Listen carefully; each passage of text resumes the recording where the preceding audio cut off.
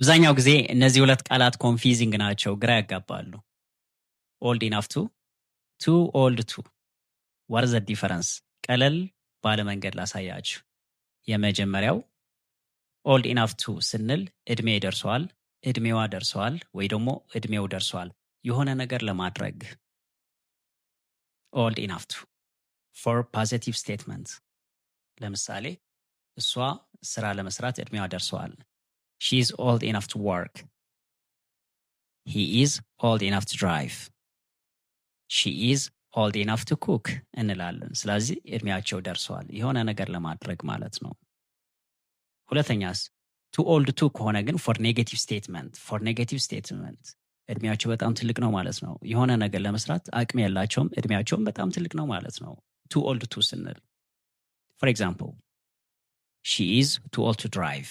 She is too old to drive. She is too old to work. She is too old to work.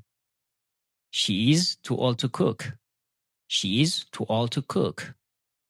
She is too old to learn. She is too old to learn ማለት ይችላላችሁ። ስለዚህ old enough to ስንል for positive statement, too old to ስንል ደግሞ for negative statement. Thanks for watching. I'll see you next time.